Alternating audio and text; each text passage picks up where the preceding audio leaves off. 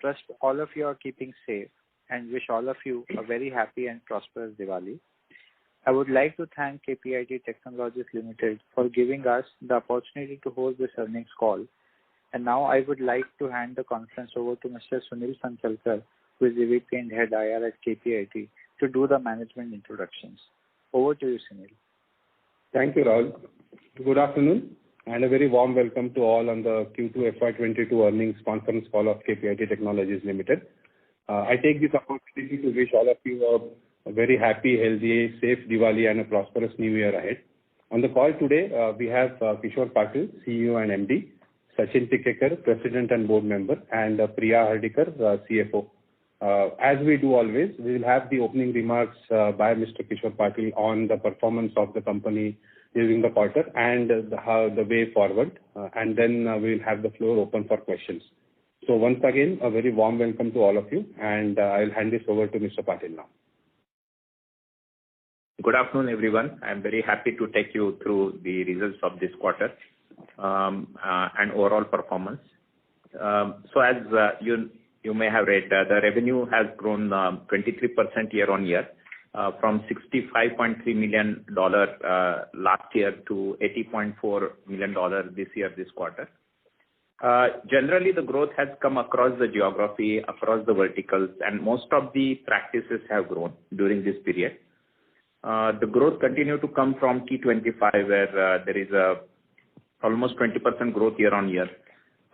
Commercial vehicles have grown faster, and overall passenger car has grown about 18% year on year. In terms of profitability, we continue to have the fifth consecutive growth in the EBITDA margin. We have been in a position to expand this over last 5 consecutive quarters. Our EBITDA margins have expanded from 14.3% last year this quarter to 17.6% this quarter. This has reflected into cash conversion, which has been extremely strong, from 528 crore last year to 933 crore this year is the cash balance. So good liquidity, looking at about 6 months of expenses for the company. Overall, the cash conversion has been 145% of the operational profit.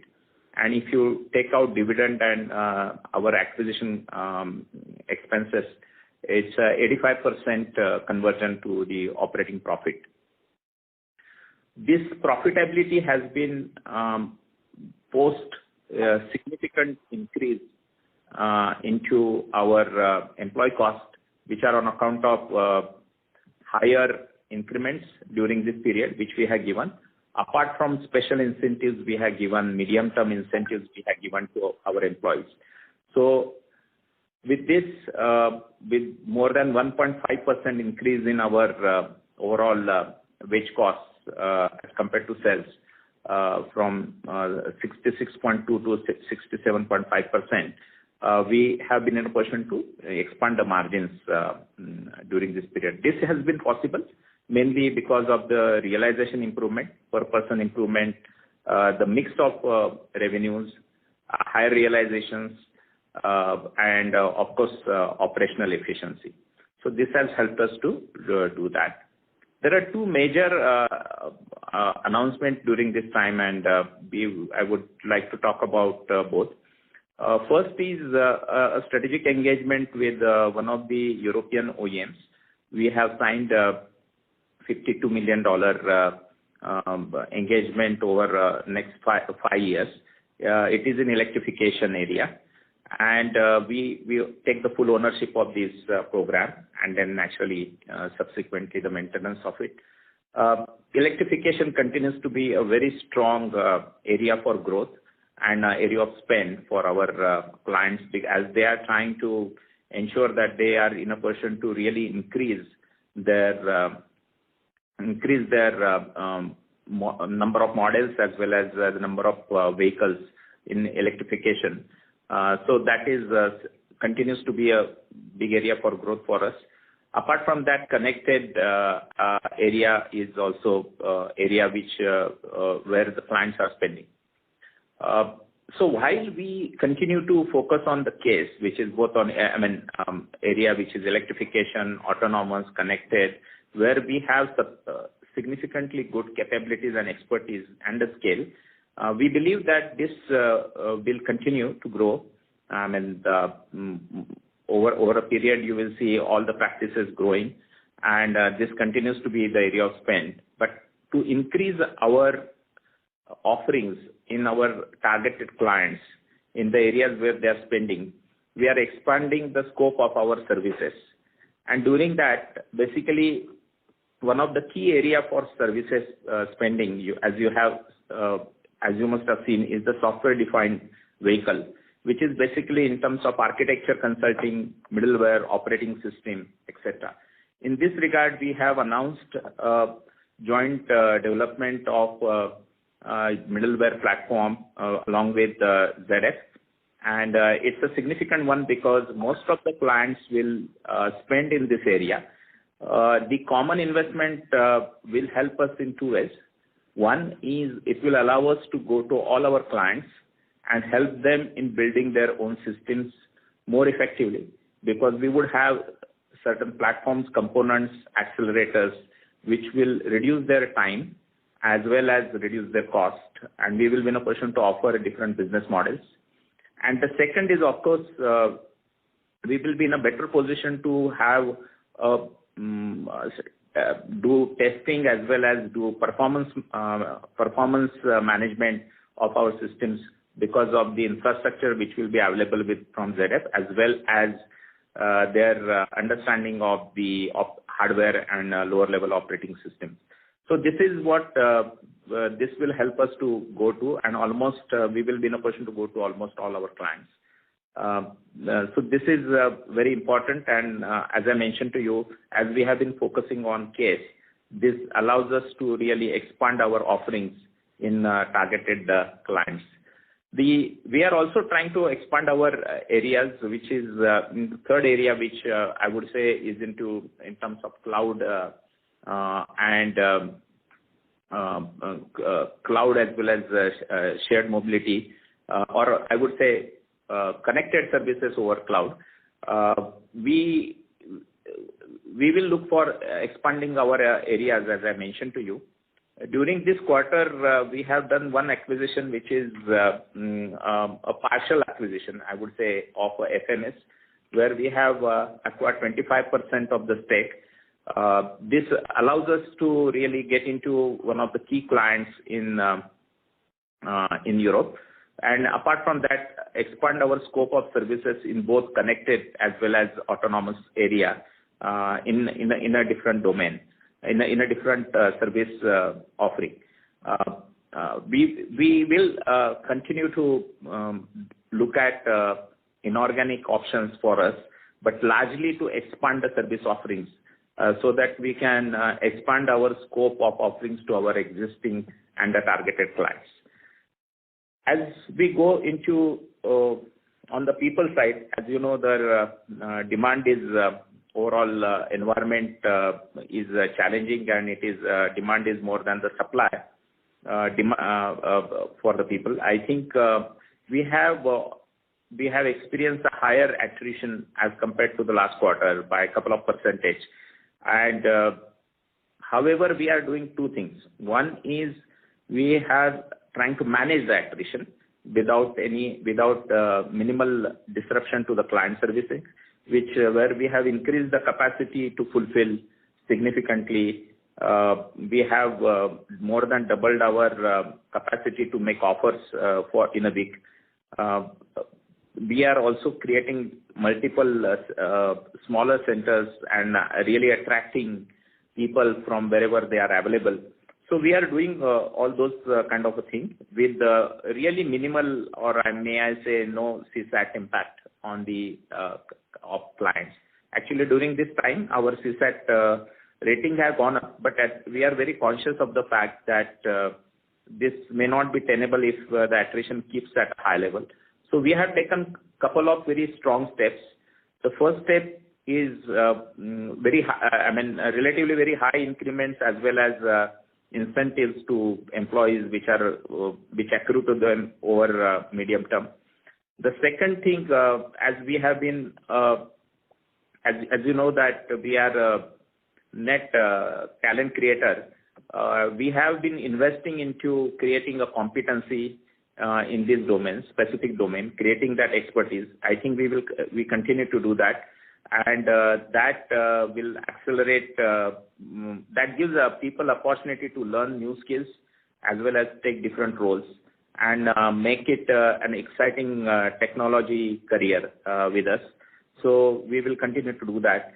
And last but not the least is basically development of people through rotations and giving them different type of opportunity within the company. So we are doing all this, and we are very confident that in next 4 to 5 months we will get the attrition under control, and of course we'll continue to improve our performance both in terms of delivery as well as engagement with client. While we have done a good job during this quarter, we are taking some of these steps proactively. So overall, if I look at in the future, we see a very positive demand environment. We have shared in the past that many of the consulting companies have said that they look at 8 to 10 year cycle of 10% growth in engineering. We also see that in spite of challenges which have been there on the chip shortage, etc., which are more to do with manufacturing, the companies have been investing and increasing their spend actually, and you might have seen those announcements in the software, specifically into software-defined vehicles and the new architecture, as well as the domains, case domains, as I spoke about. So we believe that this trend will continue, and so we see a very positive demand environment over the period. In view of this, and in view of the strong pipeline we have improved our outlook for the year between 18 to 20% revenue growth and profitability EBITDA growth of 17.5% from 16 to 17% range we had given at the beginning of the year. So this is what I wanted to cover about this quarter. Thank you. We can now have the questions, please. Thank you very much. We will now begin the question and answer session. Anyone who wishes to ask a question may press star and 1 on the touchtone telephone. If you wish to remove yourself from the question queue, you may press star and 2. Participants are requested to use handsets while asking a question. Anyone who would like to ask a question, please press star and 1 at this time. Ladies and gentlemen, we will wait for a moment while the question queue assembles.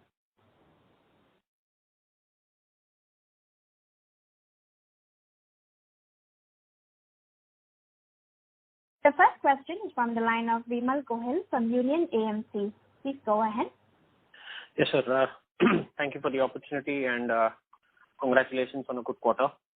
Sir, my question was regarding your growth rate in this particular quarter. While the growth rate is well appreciated, if I were to look at your revenue growth rate across practices, there are a couple of practices which have actually declined.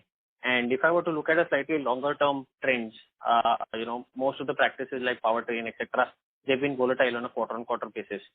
How should we sort of understand these trends on an overall basis? You in your comments, you just mentioned that you are going forward. You are looking at broad-based growth, right? Yes. Going forward, should we assume that all your segments like powertrain, ADAS, connected vehicles, and the other segments will grow in tandem? And if you could just specify what was the reason behind the ADAS and connected vehicle segments declining. Post which I just have one more question on the balance sheet. Yes. So let me give you a broader answer to this question. So as I said, first is there is really a trend which is in terms of spending in this area by all the OEMs. Now individual OEM prioritize, and also the individual projects come in a quarter or later, may not be there. Some new projects may not come up in a quarter. But if you really look at, certainly in the next few years, next at least 3 years or so, I see electrification as the strongest area in terms of domain which is being spent. As you probably know that while there has been many companies which they have been catching up in terms of electrification, which is right. If Tesla is about 500,000 vehicles, I think there are now 2-3 OEMs who have crossed 350,000-400,000 vehicles in a year. So there is a real investment in this area to increase the presence and bring them into market. They are growing at a much faster rate. So the second part, of course, connected, spend is happening in this area, specifically because the OEMs want to really earn revenues from these services which they want to which they want to provide to the passengers in the vehicle. So there is a spend both in terms of cloud connected services in that area that is increasing. Now in ADAS, what we have seen is if you look at few years back, there was a high growth. Currently, I think many of the OEMs have prioritized level 4 and 5 of AD towards electrification. But we see a good pipeline of ADAS. Not only that, there are new offerings which are bringing, and I talked about FMS and some of these, which are a different type of offerings, which will probably improve our also long-term engagements. So we see the third area where we are now seeing growth is also body domain, which are again with the new architecture, body domain is also becoming very important for the experience of a client when he is traveling. So with all this, I think we see growth across the domains.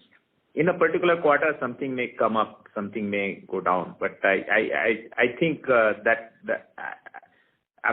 we cannot explain year on year. If you look at it, most of the services have grown. Right. Sir, just to sort of give you some trends. So if I were to look at ADAS as a service line, I think in FY20, if I were to look at the average run rate, you were at $17 million approximately, where you had 2 very strong quarters where you had almost $20 million. Today we are at about $14.5 million, and my sense would be that this has been an area where customers have spent, or the spend has has increased, if not, or at least has remained stable, if not declined. So what would explain our sort of our decline in this particular practice over FY20 over the past 2 years? So there are two parts. One is I would say that as I mentioned to you, and there are some larger clients who did prioritize to electrification over last year and a half, which I have mentioned in our earlier call. But more importantly, in our case, it has not really reduced to that extent as it appears. Actually, we have moved a significant part of on-site to offshore during this area. And because the budgets, and of course, as I have also explained that initially we build these practices and expertise on site, and we were in a position to, of course, charge at much higher rates. And over the period, I think in this situation, we were in a position to move a lot of work offshore, and that is the reason the volume is not really significantly changed, but certainly the revenues have gone down. I do not see that as a big challenge because most of the clients are going towards L3 kind of situation, and we see a reasonable pipeline in this area.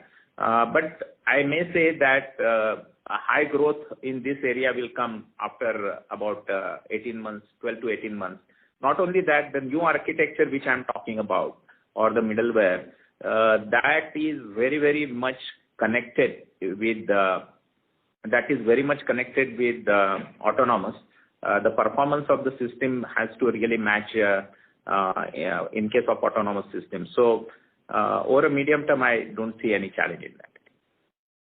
Okay, so probably in the shorter run, you might see some underperformance vis-a-vis the company average in these two areas. Would that be a fair assessment to make? And the second question, if I may, on the balance sheet, what I noticed is you have a fairly chunky sort of a liability number. So in other current liabilities, you have this 234 crore number, which is almost like 10.5% of sales. If you could just explain, what I believe is these are probably advances from customers, and you can correct me if I'm wrong. Will this sort of sustain? Because at this level, you will have almost a negative sort of a working capital cycle, which is unheard of in the IT space as such. So how should we look at that area? Yeah. If you look at our current liabilities, they consist of trade payables and lease liabilities. And these are normal course of business here. The trade payables include employee liabilities, the normal, creditors there. Ma'am, actually, I was referring to the other current liability number, which is 234 crores in H1 of 22 and 210 crores in March 21. So other current liabilities will include not only the advance revenue, it will also include some bit of security deposits for the lease premises or statutory remittances or some other transactions. So it is not only a combination of only one portion of the revenues here. Ma'am, how much would be your advance received from customers in this overall 234 crore? It is not a significant portion, is what I can say right now. Our revenue recognition policy is also, published there, and we do account for the unearned revenue part basis the policy. So, is it fair to say that given the fact that you have such a large liability portion, your overall working capital, I mean, including these liabilities, will probably stay in the negative area, or? No, I think it is difficult to say that whether it will stay. Obviously, it will change a bit as we move ahead and as these come down. So to maintain it at the current level, to say it will be at the current level is not a good thing. But of course, the liabilities will go down a bit as we go ahead, and the working capital changes will be seen. But we'll remain focused on cash realization as compared to the operating profit. I think that is the basically area of focus. Right. Anything. I mean, obviously you are at negative. I mean, anything over and around 10% is fine. I mean, that would be in line with what the industry does. So I'm not saying that we are even if we increase to that level, we are fine. But I'm just sort of, is there any positive surprise that could come up from here? Is what I was, No. Okay. Fair enough, sir. So just one thing, one of my colleague thought that you mentioned that in these three areas growth will be dampened. Is that what you made a statement? I thought it was. No. So what I read from your comments is probably the growth in ADAS in the short run should be lower than the company average. Whereas powertrain, wherein your electric vehicle practice is situated, that will see a robust growth. Absolutely. Going forward, at least. That is fine. So the growth will be offset. So overall numbers should be, thereabout. I mean, as per our expectations. Yeah. But thank you so much. Sir, sorry, one last question on other expenses. There has been a sequential decline of 6%. What explains that? The other expenses will include a lot of expenses in terms of, facility-related expenses or some bit of expenses we must have incurred on vaccination drive. So there may be some changes, relatively lower from quarter on quarter. Fair enough, sir. Fair enough, ma'am. Thank you so much. All the very best. Thank you. Thank you, ladies and gentlemen. In order to ensure that the management will be able to address questions from all participants, we would request you to please limit your question to 2 at a time. Should you have a follow-up question, please rejoin the queue. Thank you. The next question from the line of Karan Uppal from PhillipCapital. Please go ahead. Yeah, thanks for the opportunity and congratulations for a very strong set of numbers. So 2 questions from my side. First is on the macro part. So we are hearing lots of news on the chip shortages, which is disrupting the global supply chain of the auto industry. So are you seeing any impact of it on the R&D spending and the budgets the OEMs and the tier ones are committing for, let's say, next 3 years or next 5 years? That is one. Secondly, great to see a large deal of 50 million in the EV space. So is the overall revenue recognized equally in the 5 years, or is it front-loaded? Okay, this is Sachin Tikekar. On the chip shortage, yeah, we all know that chip shortage across the industry, not just in the automotive and mobility, has been a problem. That's because of the demand-supply mismatch and, different countries closing down at different times. Most of the OEMs have prioritized their vehicles, so because they are not getting enough chips. The good thing is the demand is there from the consumers for the vehicles, and we are probably peaking out in terms of the shortages. I think OEMs are figuring out different ways of making the chips available. However, the problem will continue through 2022 and it will slowly normalize. Having said that, and at some point we'll see the sales go up as the chip shortage goes down because the pent-up demand needs to be met. That's the macro picture. Now, what does that mean to a company like KPIT? What we have seen is throughout these ups and downs, all the OEMs and the ecosystem players are committed to making investments in software-defined vehicles. That's the future. Everybody's trying to play a catch-up game. So all of them have reduced their expenses on the other side and have made a long-term commitment to make investments in software-defined vehicles.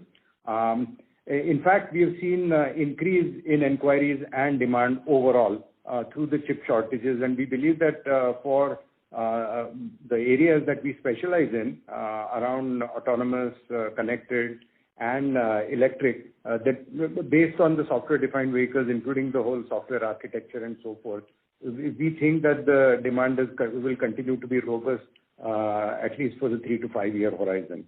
So net, of course, the macroeconomic impact is there, and there will be some ups and downs over the next few quarters. But what it means to KPIT is a continued demand for the services that we offer. Does that answer your question? Yeah. So just to conclude, no impact as such or no difference from the OEMs and tier ones on the project timelines and anything like that. Yeah. No, we are saying that we are seeing more and more interest. Right.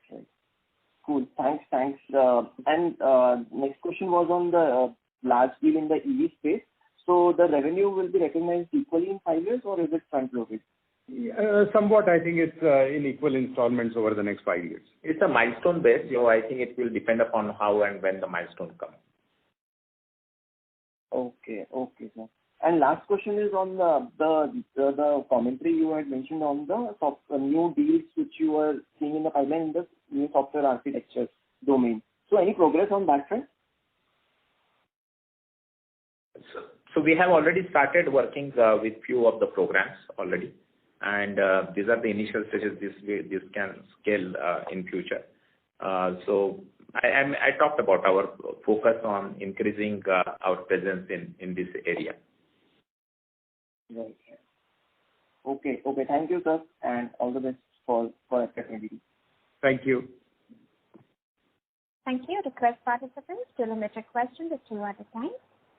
The next question is from the line of Shyam Sundar Sriram from Sundaram Mutual Fund. Please go ahead. Yeah, hi sir. Good afternoon. This is Shyam from Sundaram Mutual. Thanks for taking my question, sir.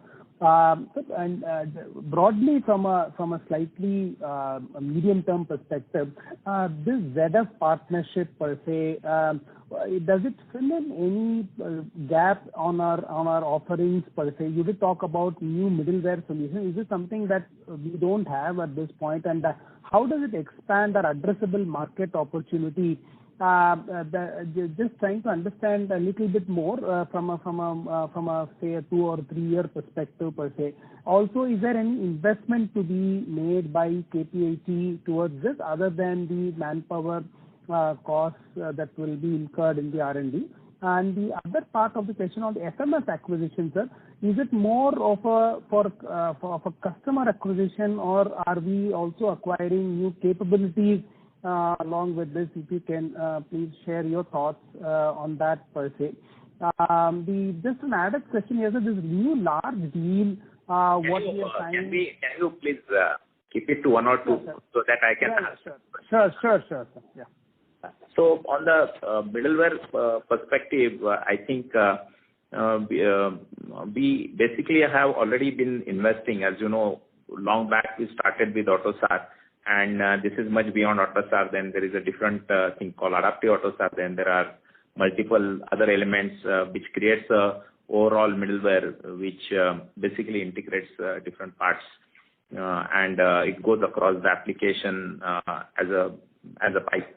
So this is the area where we had some presence. I think along with ZF, basically we will be in a position to increase our speed in developing this, as well as developing our expertise and capabilities, because they will bring their own capabilities on the system side. So that is what we are looking for, and we see this as a quite a growing area in next few years. As we discussed, 2024-25 is going to be a big growth area. Is a time frame where most of the OEMs wants to bring this kind of architecture in their new vehicles. So this is very critical for their delivery. So in maybe it will take another 12 months or so, but I think beyond that you will see significant opportunities in the business going up in this area. So that is on that part. On the FMS side, I think it is certainly one. It gives access to one client, certainly in Europe, one OEM. But I think the as much important is also it gives us certain capabilities in autonomous, with which we can build a few different offerings, which will be more long-term kind of revenue streams for us. So that's why FMS brings both these things to us. Understood, sir. Understood. Sir, and just one clarification, this new large deal that we have signed, is this an existing client or customer, or is this with a new OEM per se? Our focus is on T25 largely, and most of the large deals we are putting in this T25 clients. Understood, sir. So one question on the cost side, you have called out subcontracting costs came down this quarter, and we have been structurally trying to reduce the subcontracting costs per se. So just if you can help us understand how much would have been subcontracting cost this quarter and last quarter, absolute number or a percentage sales would help. So just to understand all our efforts we are putting in to keep the costs under check per se. So it is not a major cost if you look at as a total percentage. It would be roughly around 25 to 30, 25 odd crores a quarter. Okay. And has this come down, sir? Because that we have called out as one. Yes, it has come down over the years. We are having more, and as work is also moved offshore over the last 1 year, I think that has come down. Okay, understood, sir. Sir, one question if I may ask, sir, on the passenger vehicle side, if you see generally our revenues has been largely flattish compared to pre-COVID. You did explain in depth about how we have shifted a lot of ADAS to offshore, and that has in turn led to a slightly lower realization and therefore not the volume impact. So is this the same that is to be read for the passenger vehicle revenues as well, which has remained say 58.3 million in Q4 F20 to 59.7 million now. So I mean this on-site offshore shift in ADAS, that would have been one major factor for the revenues remaining just about slightly above the pre-COVID level. I would suggest you to keep to a certain guideline. We are giving a year-on-year numbers. I think it is good to look at it because otherwise quarter to quarter things change, and I will not be in a position to answer and analyze. We keep a track year-on-year, and we keep a internal track month-to-month. So I think I would say that passenger cars, most of this areas will be pronounced spending in the passenger cars. And we also believe the commercial cars will follow very quickly. Actually, in some areas like autonomous commercial cars, commercial vehicles will come very strongly soon. So overall, it is that is the trend we are seeing. I think it can change, from, one way to look at it, how the commercial vehicles have grown faster. Second way is you think it why passenger vehicles grew small. So I think I would just request you to keep it to year on year. Sure, sir. Thank you. Thank you very much. I'll fall back in the queue, sir. Thank you. Thank you. Thank you. The next question is from the line of Kshitij Saraf from Task Investments. Please go ahead.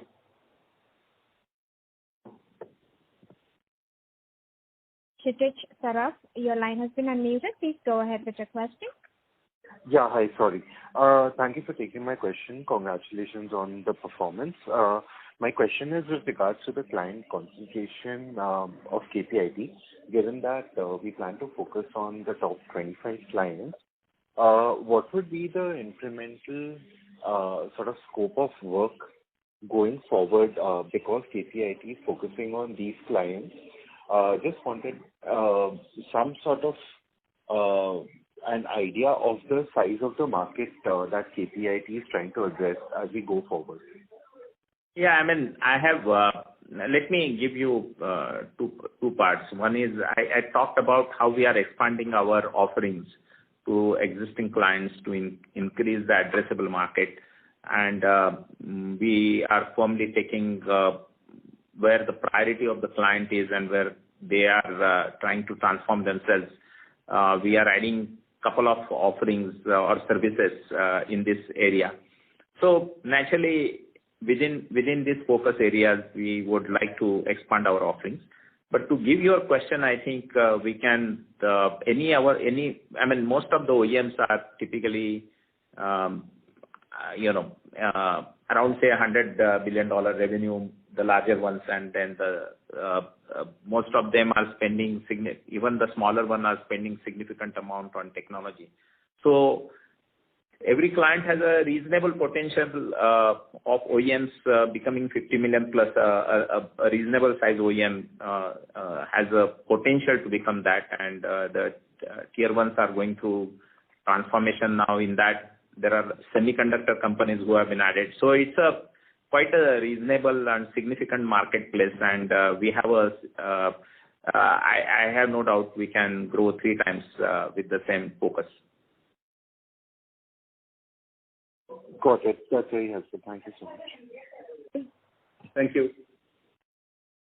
Thank you. The next question is from the line of Mohit Jain from Anand Rathi. Please go ahead. Hi, sir. Just 2 questions. One is any visibility that you can share on FY23 from the current backlog, or now that you have signed a large deal, what kind of visibility can you share? That's one. And second, on this deal ramp up, so what kind of pipeline do we have currently for large deals? We initially had 2, I think 1 or 2 or 3 we signed last year, and then there was this gap of 2-3 quarters, and now we have started signing again. So what should we expect on that front? So there are 2 points I may want to talk about. Is I mentioned to you that all these T25 clients, we are trying to really put the deals which are the large ones. So let me put it like this. Sometimes you may not put it as a part of one engagement, which will be like a 50 million plus. But the program will deliver those kind of revenues once we are in. And that is the focus we have, very deliberate. I think while I may not have exact number, but at least 2/3 of our revenues come from this kind of engagements. So in some cases, we get a full engagement ownership, and we are in a position to say it is a large deal of a 50 million. In some other cases, we are not in a position to say, while the revenues will be in the similar range over a period. So I think to your point, I think we are very comfortable on that front. And most of our engagements are moving in that direction. So to answer your second question, I talked about medium-term outlook for the company, or let me put it, the market environment. We see it very positive market environment. Our pipeline is very high, and I may say that there are so many discussions happening which specifically in these areas I talked about, which will get concluded in next 4 to 5 months to some extent, some of them, which will further improve our pipeline. So overall, I see a very positive demand, and we give any specific guidance only at the end of the quarter 4. So we'll continue with the practice, but I think we have been saying it that we see a very positive demand environment. So just a follow-up on that 2/3 remark. So can we broadly assume 65-66% of our revenues are sort of recurring in nature?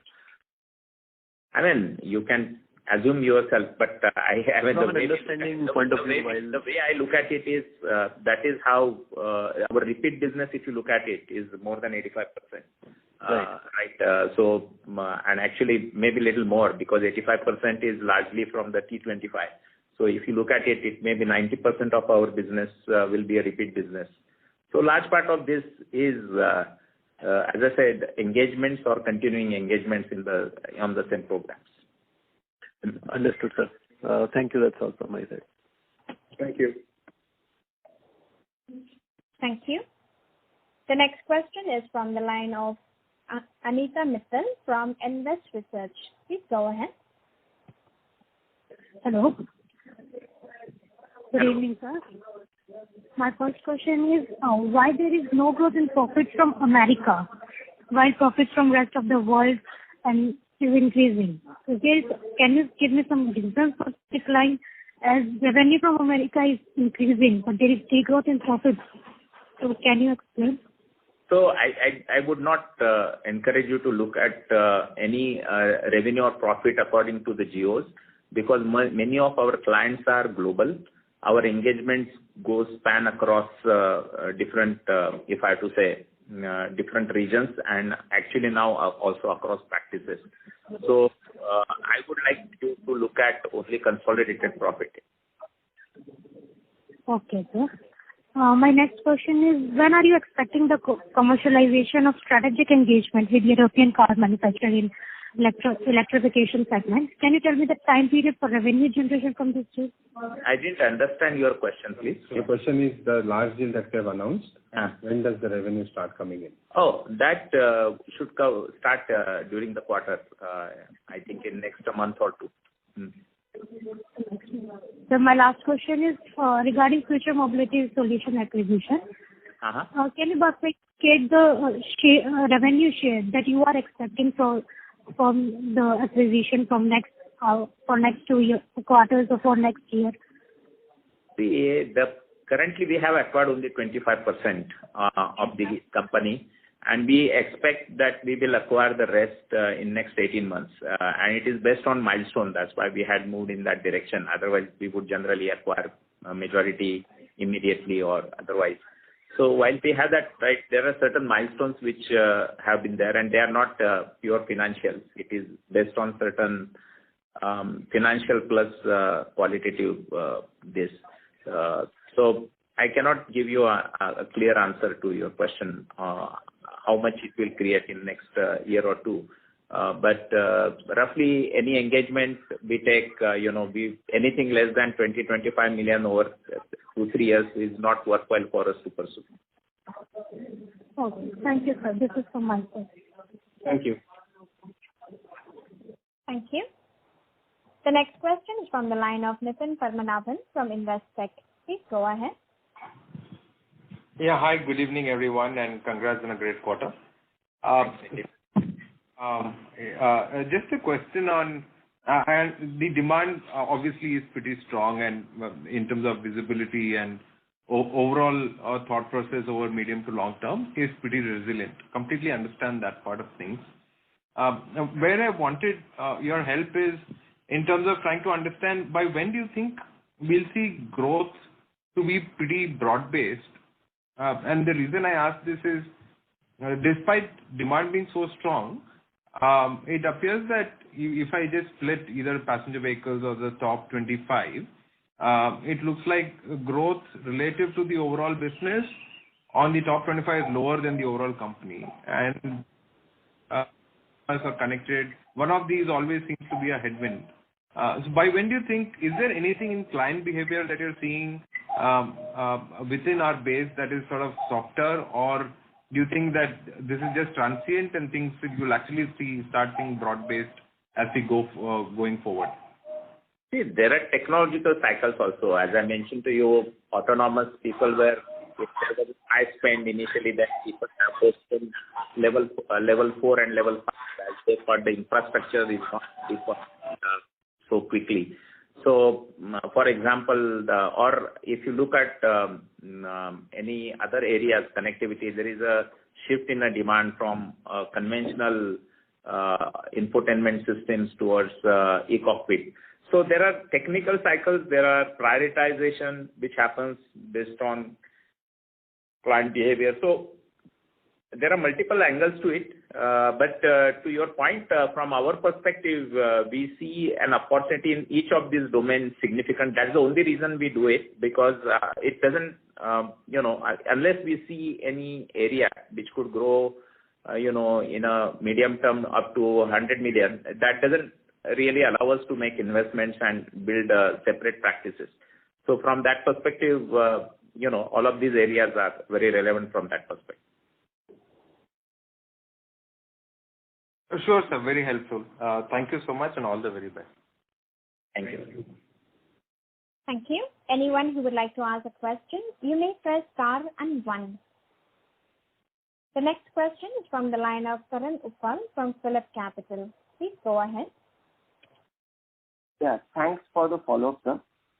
So one is on the capital allocation. So we have seen very robust cash generation in last 8 quarters. So what are your plans in terms of deploying it? Are you preserving it for M&As or looking to pay out through buybacks or dividends? And 2 clarifications. One is on guidance. So guidance is excluding the partner contribution. And secondly, what's your hiring target? Yeah, these are the 3 questions. Yeah. So I will go. So the guidance is overall, but we have not integrated partner yet. So it will have a very minimal impact of that, if I may say, during this year. The second, capital allocation, if we looked at multiple things. One is, of course, dividend. We have revised our policy just last year.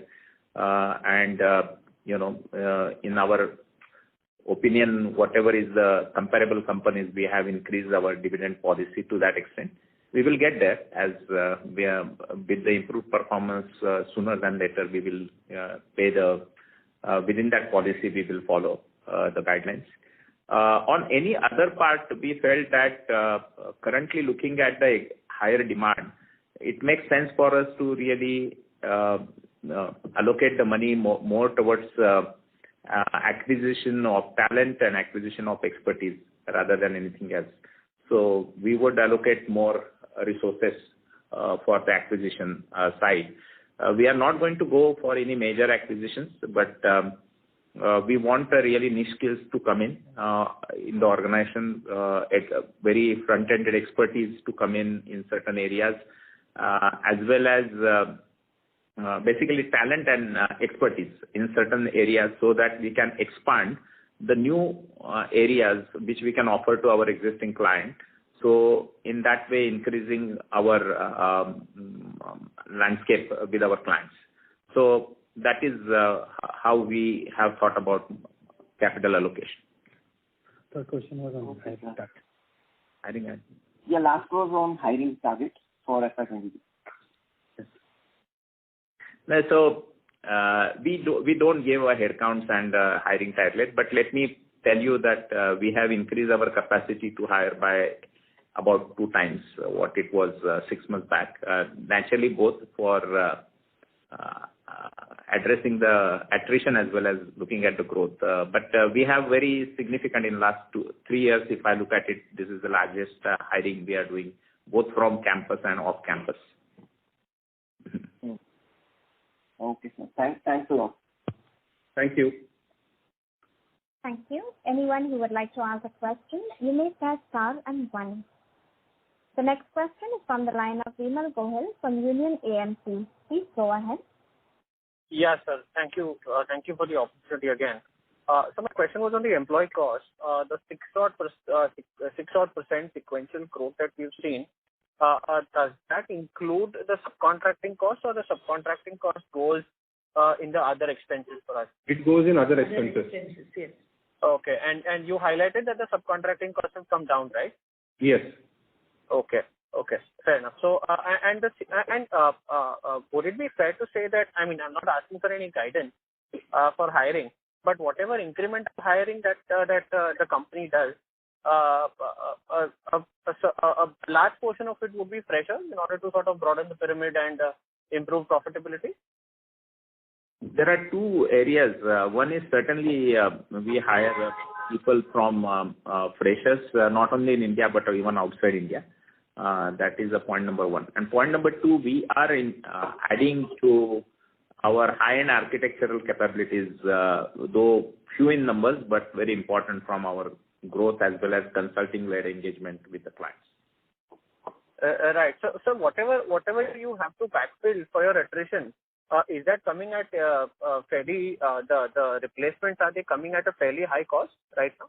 No, replacement largely comes through pushing the pyramid replacement, of course, other than only key areas like architectures. Right. Okay. Fair enough. So you're not finding it challenging to replace people and they are coming at a higher cost. So that is not a challenge that you're currently facing. It is not as we talked about, we are a net talent creator. So we have a internal way of building the talent, because there are very few companies from where we can hire in these numbers. And no challenges on completing projects at this point in time because of talent. I talked about we do not have any impact on CSAT. Actually, it has gone up during the quarter, but we are aware that we need to control the attrition. So we have taken the firm steps. Fair enough, sir. Thank you so much and all the best on it. Thank you. Thank you. Anyone who would like to ask a question, you may press star and one. The next question is from the line of Rahul Jain from Dolat Capital. Please go ahead.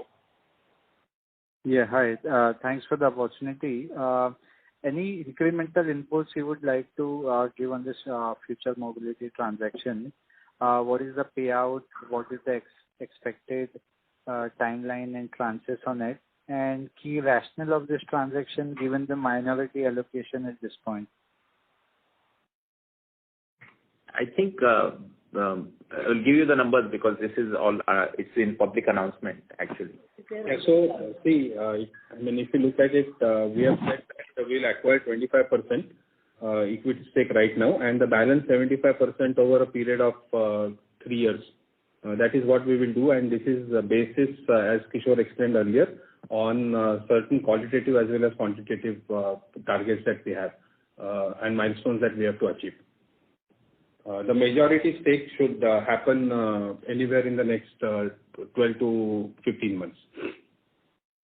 See, the basically we wanted to, because it's a pretty, if I have to say, young company. So we wanted to ensure that there are two aspects we were looking at. One is naturally a specific engagement with one of the key OEMs in the Europe, as well as some of the offerings we wanted to build for future. So as long as they don't, as long as they deliver on both these, we will be in a position to acquire the majority. That's how we have structured the transaction. Right. And any overall view on M&A, the reason of asking this is, our past experiences has not been very exciting. I would really question this. Basically, we acquired Microfuzzy in about 2017, and the revenues have gone up by 5 times, actually. More than that, actually, yeah. 5 times, you can look at it. And the profitability has gone significantly higher. So I don't know if you carry anything from the very old IT side, anything I don't remember. Actually, our overall experience has been very positive, and there are two more important points for us. One is we are not looking at anything major acquisition, any too large an acquisition, number one. Number two, we are actually in all these cases, we have a very significant understanding, and the client segment is the same. We are not looking at increasing the client segment. So we have a very good understanding of the clients where we are doing it. Third thing is we have increased, and as you have seen, in whether it is on the terms of cash or many other areas, we have really strengthened our processes internally so that we can integrate such acquisitions. So I think we are very confident. Okay. Appreciated the color. Thank you and best of luck. Thank you. Thank you. As there are no further questions from the participants, I now hand the conference over to the management for closing comments. So thank you everybody for your participation on this call, and once again wish you a very happy Diwali. Take care, stay safe. Bye.